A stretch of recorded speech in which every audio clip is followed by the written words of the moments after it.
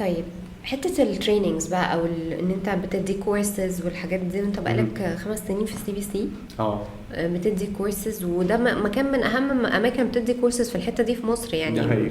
فدي حاجة حلوة. ناوي تكمل فيها ولا لا؟ وهي ولا التصوير ولا الاتنين مع بعض؟ الموضوع لا، ماشي ما هو ازاي؟ الموضوع مختلف بقى، يعني انا بتعامل مع الكورسز على انها هوايه. اوكي. اولا انا لما اخترت التصوير ككارير فانا كده بوظت الهوايه بتاعتي، ودايما الانسان لازم يكون عنده هوايه يعملها.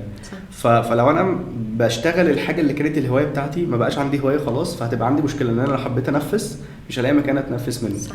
فعلشان كده بتعامل مع الكورسز على انها هوايه، انا بقف ادردش مع ناس في حاجه انا بحبها، منها بينمي مهاراتي في الحته دي، وانا في نفس الوقت بشير نولج مع الناس دي. فما اظنش ان انا هوقف الكورسز في وقت من الاوقات، دي كده كده هفضل اعملها دايما يعني. علشان بصراحه انا حابب فكره ان انا يبقى في ستودنتس خرجت في يوم من الايام من ايد عز يعني، فبعد ما يكون عندي 60 سنه برضو الناس دي تقابلني، احنا فاكرين ان انت علمتنا في يوم من حلو الايام. قوي. دي الفاليو بالنسبه لي، او على الاقل خالص لسه كنت بقول لهم كده امبارح للشباب في الكورس بتاع امبارح، قلت لهم يعني عندي امل حتى تشوف ابني تقول له انت ابن عز، انا هخدمك في حياتك عشان هو في يوم من الايام كان وقف معايا في حياتي.